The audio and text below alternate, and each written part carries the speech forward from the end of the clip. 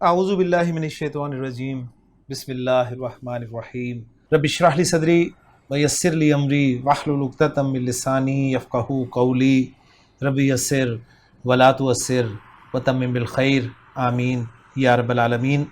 آج کے سبق میں ہم انشاءاللہ تعالی سورۃ البقرہ کی آیت نمبر 148 کو گرامیٹیکلی انالائز کریں گے۔ آیت آپ سکرین پہ لکھی ہوئی دیکھ رہے ہیں، اور میں آپ کو بتاتا چلوں کہ اس آیت کے ساتھ ہی ہمارا سورۃ البقرہ کا رکوع نمبر 18 بھی شروع ہو جائے گا۔ تو چلتے ہیں جی اس آیت میں استعمال ہونے والے پہلے جملے کی طرف۔ پہلا جملہ آپ سکرین پہ لکھا ہوا دیکھ رہے ہیں کہ اللہ تعالیٰ نے ارشاد فرمایا کہ وَلِكُلٍّ وِجْهَةٌ۔ اس جملے کے الفاظ پر اگر ہم غور کریں تو دو ہمیں حروف نظر آ رہے ہیں اور دو ہی اسماء نظر آ رہے ہیں، اور غور کرنے کے بعد رزلٹ یہ نکلے گا کہ ہمارا جو جملہ بنے گا وہ جملہ اسمیہ ہوگا، جملہ فعلیہ نہیں ہوگا۔ تو اب مزید غور کرتے ہیں۔ تو پہلا حرف ہمارے سامنے ہے جی واو۔ نیا جملہ ہم بنا رہے ہیں اور ایک نیا جملہ شروع ہو رہا ہے، تو اس واو کو ہم واو استنافیہ مان لیتے ہیں، اور پھر ہمارا جملہ جو ہے وہ جملہ مستانفہ بن جائے گا اور لا محل لہا من الاعراب کی کیٹیگری میں چلا جائے گا۔ اس کے بعد آگے دوسرا حرف ہے وہ ہے لام، زیر کے ساتھ لکھا ہوا ہے اور اس کے بعد اسم مجرور آ رہا ہے، تو ظاہر بات ہے یہ لام حرف جر ہے، لام جارہ کہلاتا ہے، اور جب بھی کوئی حرف جر آئے گا اس کے بعد مجرور اسم ضرور ہوگا، جو کہ کل کا لفظ آپ کو نظر آ رہا ہے۔ کل کے لفظ کے بارے میں مزید انفارمیشن ہمارے پاس یہ ہے کہ کل کا لفظ مضاف ہو کر استعمال ہوتا ہے، اور اس کا مضاف الیہ آگے ہونا چاہیے، لیکن اس کا مضاف الیہ آگے موجود نہیں ہے بلکہ محذوف ہے، اس وجہ سے کل پر تنوین آئی ہوئی ہے۔ اب یہ جو تنوین ہے یہ تنوین عوض کہلاتی ہے، یعنی کل کے مضاف الیہ کو ہم نے حذف کر دیا اور وہ حذف کی نشانی کے طور پر کل کو تنوین دے دی، تو یہ تنوین عوض کہلاتی ہے۔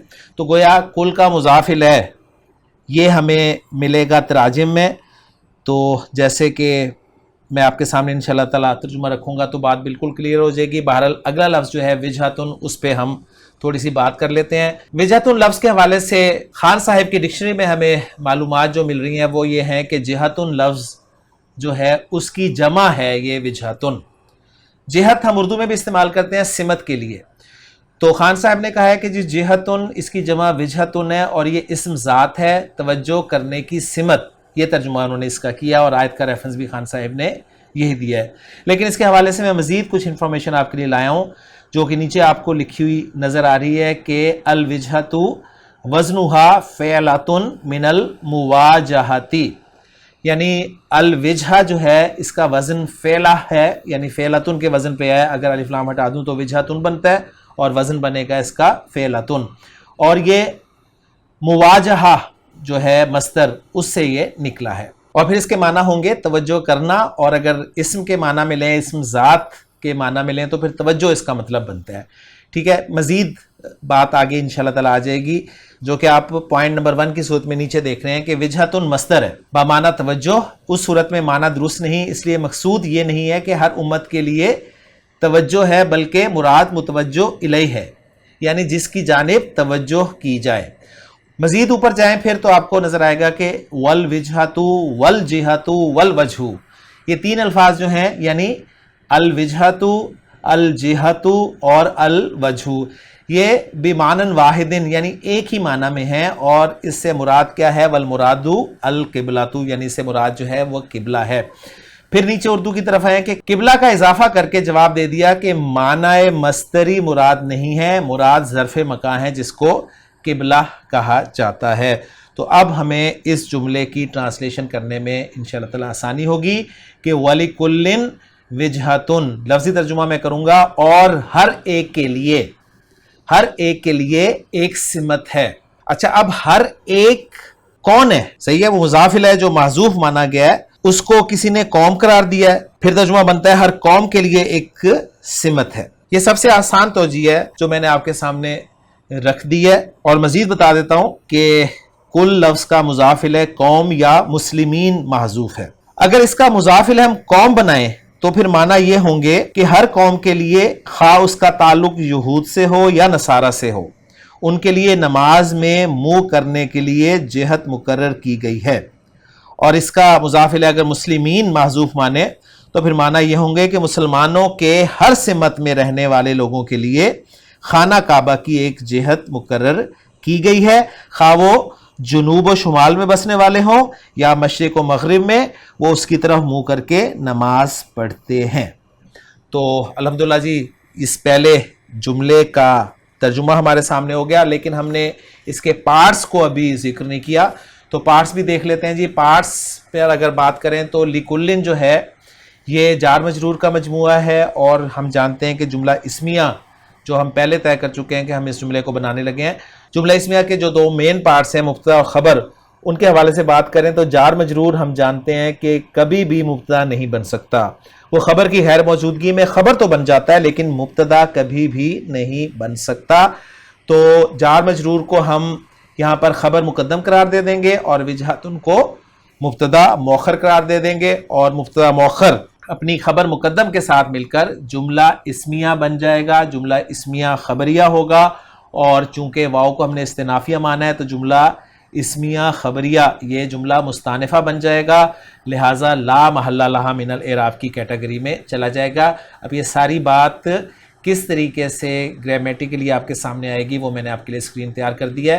میں امید کرتا ہوں کہ آپ اس سے مستفید ہوں گے. تو یہ اسکرین آپ دیکھ رہے ہیں جی، وَلِكُلٍّ وِجْهَةٌ میں واو استنافیہ ہے، لام جارہ ہے، کلن مجرور ہے، اور یہ خبر مقدم ہے، اور وجہتن مبتدا مؤخر ہے. مبتدا مؤخر اپنی خبر مقدم کے ساتھ مل کر جملہ اسمیہ بن گیا اور یہ جملہ مستانفہ ہو گیا.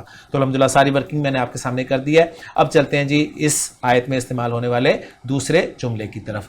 دوسرا جملہ آپ اسکرین پہ لکھا ہوا دیکھ رہے ہیں کہ ہوا مولیہا. ہوا مولیہا، اس جملے میں بھی 3 اسماء استعمال ہوئے ہیں جن میں سے 2 ضمائر ہیں اور ایک اسم ظاہر ہے.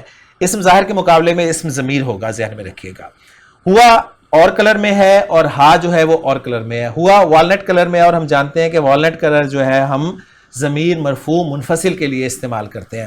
تو ہوا ضمیر مرفوع منفصل ہے، اور ضمیر مرفوع منفصل ہمیشہ جملے میں مبتدا ہی بنتی ہے. تو یہ جملہ اسمیہ بنے گا آپ کا جس میں ہوا مبتدا ہے اور اس کی خبر آ رہی ہے پھر مولیہا. ہا کی ضمیر جو ہے مولیہا میں یہ جا رہی ہے وجہتن کی طرف. کلیئر ہو گیا؟ اور یہ ضمیر مجرور متصل ہے. اب رہ گیا جی لفظ مولی. مولی اس لفظ پر اگر ہم غور کریں تو میم پیش کے ساتھ نظر آ رہی ہے، اور ہم یہ بھی جانتے ہیں کہ میم پیش والا لفظ جو ہے یہ یا تو ثلاثی مزید فی ابواب سے اسم الفاعل کا صیغہ ہوتا ہے، یا پھر اسم المفعول کا صیغہ ہوتا ہے، یا پھر اسم المفعول کا صیغہ ہی اسم الظرف کے طور پہ استعمال ہو رہا ہوتا ہے. تو یہ ساری باتیں ہمارے سامنے ہیں. تو فیصلہ ہم کیسے کرتے ہیں کہ یہ اسم الفاعل ہے یا اسم مفعول ہے؟ وہ عین کلمہ کی حرکت سے فیصلہ ہوگا. تو عین کلمہ کی حرکت، میم پیش کو ذرا ہٹائیں تو واو لام یا مادے کے 3 حروف آپ کو نظر آ رہے ہیں، اور عین کلمہ زیر کے ساتھ ہے. عین کلمہ اگر زیر کے ساتھ ہو تو اسم الفاعل ہوتا ہے، اور عین کلمہ اگر زبر کے ساتھ ہو تو اسم المفعول ہوتا ہے. مزید فی ابواب سے اچھی طرح ذہن میں رکھیے گا. تو یہ اسم الفاعل ہوا. مادہ میں آپ کے سامنے ذکر کر چکا ہوں، واو لام یا اور درمیان والا حرف یعنی عین کلمہ مشدد ہے، اور مزید فی باب کی میں بات پہلے ہی کر چکا ہوں، تو گویا یہ باب تفعیل کا لفظ ہے. ولا یا یولیو بہت دفعہ آ چکا ہے، اور چینجز کے بعد یہ ولا یولی تولیتن بنا ہے، اور اس سے پھر اسم الفاعل بنا جی مولیون. مولیون اگر تھوڑا سا غور کریں تو یہ مولی ہے اور اسم المنقوص ہے، اور ہم جانتے ہیں کہ اسم منقوص کس اسم کو کہا جاتا ہے؟ یہ وہ اسم ہوتا ہے جس کے آخر میں یا ما قبل کسرہ ہوتی ہے، جیسے وادی، قاضی، حاجی، راضی وغیرہ وغیرہ. تو مولی اب یہ اسم منقوص ہے. اسم منقوص کا اعراب کیسے آتا ہے یہ بھی ہم جانتے ہیں کہ مرفوع اور مجرور فارم میں 2 زیر کے ساتھ اس کو لکھا جاتا ہے، یعنی ہادن مرفوع فارم بھی ہوگی اور مجرور فارم بھی ہوگی، جبکہ منصوب فارم ہادین ہوگی. گویا اسم منقوص کا اعراب اگر میں ہادی لفظ کا بولنا چاہوں تو بولوں گا جی ہادن، ہادین، ہادن. وادی لفظ کا بولنا چاہوں تو وادن، وادین، وادن. اسی طرح مولی لفظ کا بولنا چاہوں تو بولوں گا مولن، مولیین اور مولن. تو گویا مرفوع اور مجرور فارم میں یا جو ہے وہ ڈراپ ہو جاتی ہے اور اس کے عوض میں تنوین آ جاتی ہے. کلیئر ہو گیا؟ اچھا، اب وہ یا جو ہے جو ڈراپڈ یا ہے وہ دو صورتوں میں واپس آ جاتی ہے جی اس میں منقوص کی. وہ دو صورتیں کون سی ہیں؟ صورت نمبر ایک یہ ہے کہ اس پہ اگر الف لام داخل ہو جائے تو وہ یا واپس آ جاتی ہے. گویا ہم کہیں گے المولی مرفوع فارم میں، المولیہ منصوب فارم میں، اور المولی مجرور فارم میں. اور دوسری صورت یا کے واپس آنے کی یہ ہوتی ہے کہ اگر آپ اس میں منقوص کو مضاف بنا کر لا رہے ہوں تو بھی یا واپس آ جاتی ہے. تو یہاں پر الف لام تو داخل نہیں ہوا مولی پر، تو گویا یہ مضاف بن رہا ہے، اس لیے آپ کو یا جو ہے وہ نظر آ رہی ہے. تو مولی ہا یہ مضاف مضاف الیہ کنسٹرکشن ہے، اور مضاف مضاف الیہ یہ خبر بن رہا ہے ہوا مبتدا کے لیے، اور ہوا مبتدا اپنی خبر کے ساتھ مل کر جملہ اسمیہ بن گیا. اب یہ جملہ اسمیہ یہاں پر کیا کر رہا ہے، اس کی حیثیت کیا ہے؟ تو آپ اگر پچھلے جملے پر نظر ڈالیں تو پچھلا جملہ جو ہے وَلِكُلٍّ وِجْهَةٌ میں وجہۃ نکرہ ہے، اور ہم یہ جانتے ہیں کہ نکرہ کے بعد اگر جار مجرور آ جائے یا نکرہ کے بعد جملہ آ جائے تو وہ جار مجرور یا جملہ اس نکرہ کے لیے صفت بن کر استعمال ہوتا ہے. تو اس ہوا مولیہا کو ہم اس نکرہ کے لیے صفت بنا دیں گے. کلیئر ہو گیا؟ تو وجہتن جسے ہم نے مبتدا مؤخر بنایا تھا نا اسے موصوف بنائیں گے، اور پھر ہوا مولیہا جملے کو ہم صفت بنا دیں گے، اور موصوف اپنی صفت کے ساتھ مل کر پھر مبتدا مؤخر بن جائے گا. اور پھر ہم ترجمہ اتنے حصے کا کچھ یوں کریں گے کہ اور ہر قوم کے لیے ایک سمت ہے، یعنی سمت مقرر ہے، وہ اس کی طرف منہ کرتی ہے. تو یہ ہوا کی ضمیر گویا قوم کی طرف جا رہی ہے، اور اردو میں قوم مؤنث ہے اس لیے کرتی ہے کہ ساتھ میں ترجمہ کر رہا ہوں، ورنہ آپ پریشان ہو جائیں گے کہ یہاں پر تو ہیا ہونا چاہیے تھا. نہیں، قوم کا لفظ جو ہے وہ اردو میں مؤنث استعمال ہوتا ہے. کلیئر ہو گیا؟ تو یہ جملہ ہمارا الحمدللہ مکمل ہو گیا، اور اس جملے کا انالیسس بھی میں آپ کے لیے کر کے لایا ہوں، تو وہ اسکرین پہ آپ دیکھ لیں کہ ہوا مبتدا ہے، مولیہا مضاف مضاف الیہ خبر ہے، مبتدا اپنی خبر کے ساتھ مل کر جملہ اسمیہ بن گیا، اور اس جملہ اسمیہ کو ہم صفت بنا چکے ہیں وجہتن کی. اب چلتے ہیں جی اگلے جملے کی طرف. اگلا جملہ ہے فاستبقوا الخیرات. فا سے شروع ہو رہا ہے، اور یہ فا جو ہے یہ علماء کے نزدیک فصیحہ ہے. فائے فصیحہ، فائے فصیحہ وہ فا ہوتی ہے جو ایک محذوف شرط کے جواب میں آتی ہے.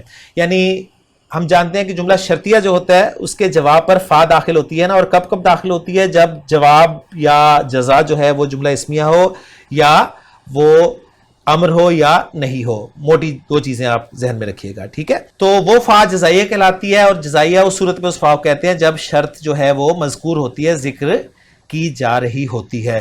لیکن اگر آپ شرط کو حذف کر دیں تو پھر جواب الشرط پہ جو فا آئے گی اس کو فا جزائیہ نہیں بلکہ فا فصیحہ کہیں گے.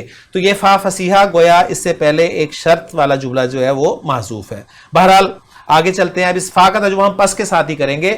آگے آ رہا ہے جی استبقوا. اس لفظ پہ اگر آپ تھوڑا سا غور کریں تو الف آپ کو نظر آ رہا ہے جی ایڈیشنل حرف کے طور پہ، پھر تا آپ کو ایڈیشنل حرف کے طور پہ نظر آ رہی ہے، اور مادے کے تین حروف جو نظر آ رہے ہیں وہ ہیں سین با اور کاف. تو سین با کاف مادے سے ہم دیکھتے ہیں جی خان صاحب کی ڈکشنری میں کیا لکھا ہوا ہے.